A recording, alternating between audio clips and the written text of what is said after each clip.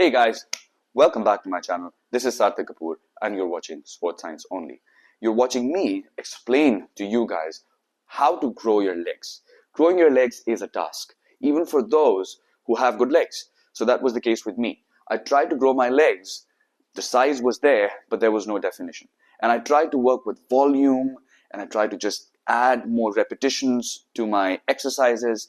Every time I added more weight to any exercise I was doing, leg-wise, I struggled with pushing myself. Why? Because it was scary. You sit on a leg press machine, you just try to push yourself. You just add more weight to it and take in that depth, slow down the movement, push through the pain, do all those things. And I bet you'll have the worst and the best day on the very same day. Why? Because although you put yourself through hell and you were feeling bad when you were doing it, but towards the end of it, your blood pressure lowers and you feel good, you feel better. It just appears to be a whole new day. And it's truly the case in almost any exercise you do in the gym where you push yourself that hard and you get to the other side of that tunnel. So the goal here, and I've already given you the answer, is to understand why intensity, load, training hard, pushing past that barrier of pain, and just keep on doing what you know is going to help you, but you're not doing it only because you know it's challenging, is the goal, is the key. So let's get into it.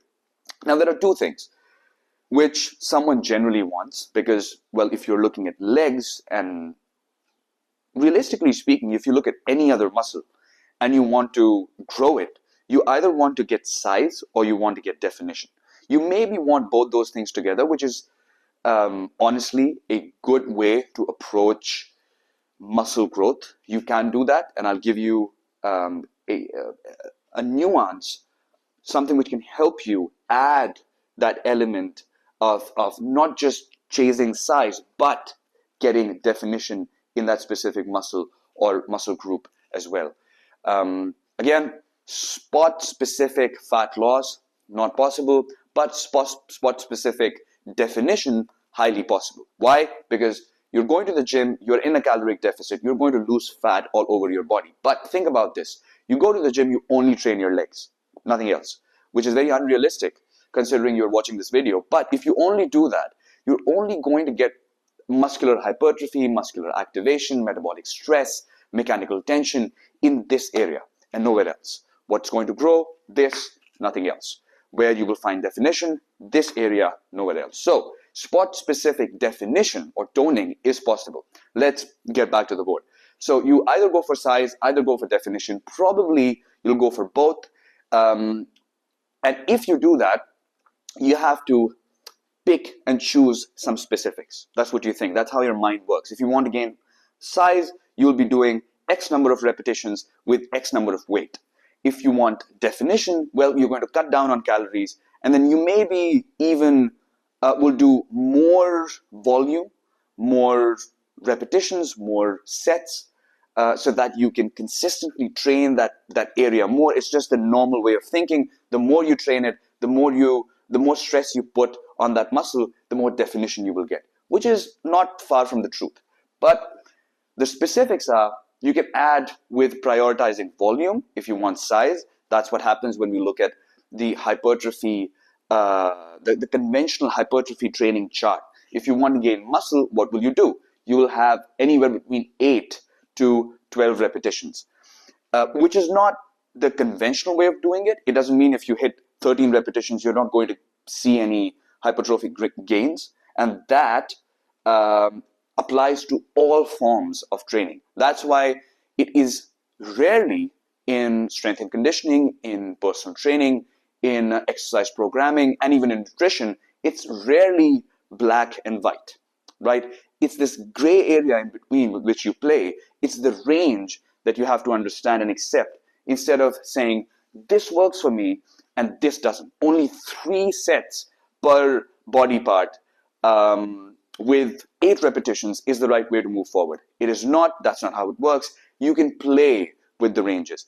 And realistically speaking, that's why this area is so fascinating, because you can do something which is away from the conventional approach, but because of how it is helping you and how it is making you look, how it is making you feel, if it's helping you with your size and with your definition, and you can see growth, then why change it?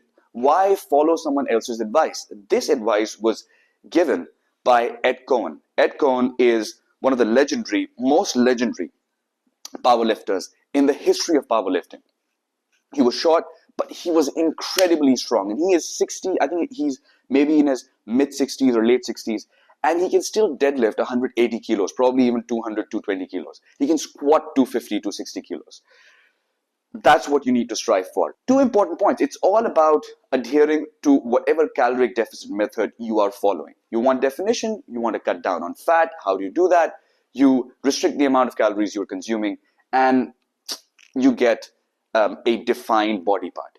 You need to have muscles first. It's important. If you want definition, if you want toning, well, the thing which needs to be defined and carved into perfection, you first need to have that thing, which is size. How do we gain size? That's what this video is all about. We get into two areas. It is either hypertrophic training or strength training. The interesting thing, which I learned way after I did my sports science degree, is that you can even do a hypertrophic and strength training program together, which is what I do. You don't stick with just 8 to 12 repetitions for all exercises you are following in your hypertrophic phase. You actually combine these two and maybe do the strength training approach and lift heavy for fewer repetitions with movements that are more complicated in nature, that are compound in nature, that will hit the entire muscle group. For example, squats or deadlifts or bench press.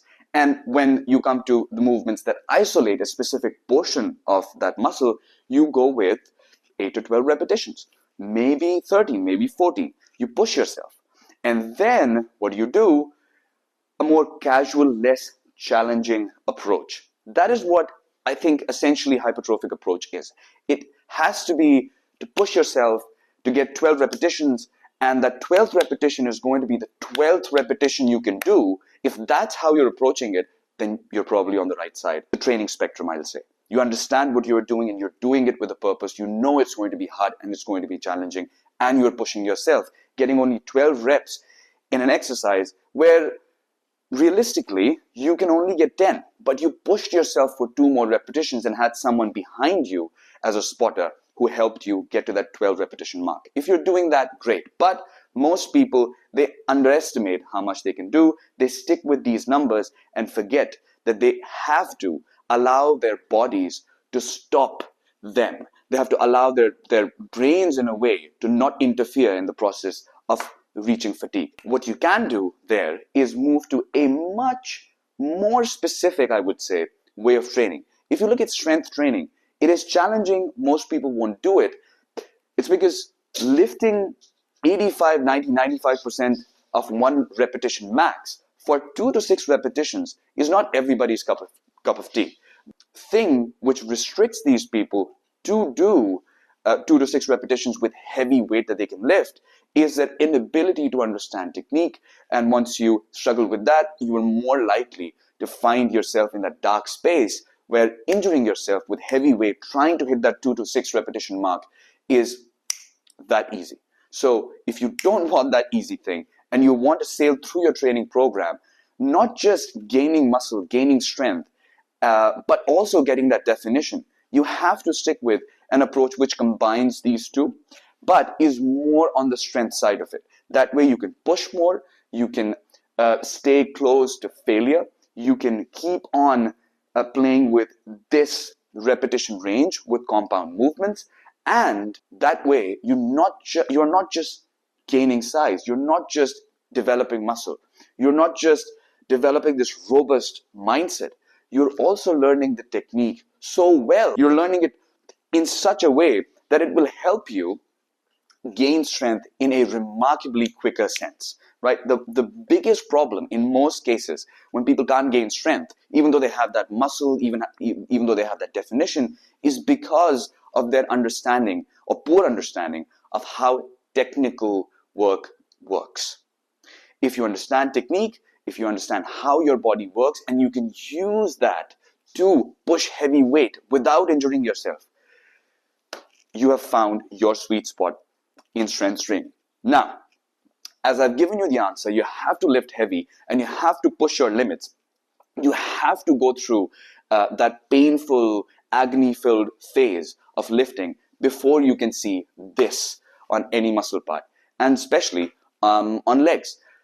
The next step is me giving you guys a combination of these two training protocols, which I will do with another video which is going to be the part 2 of this video, where I will be giving you a training program which you can follow and hopefully see good results. I'll see you in the next video. Until then, bye-bye.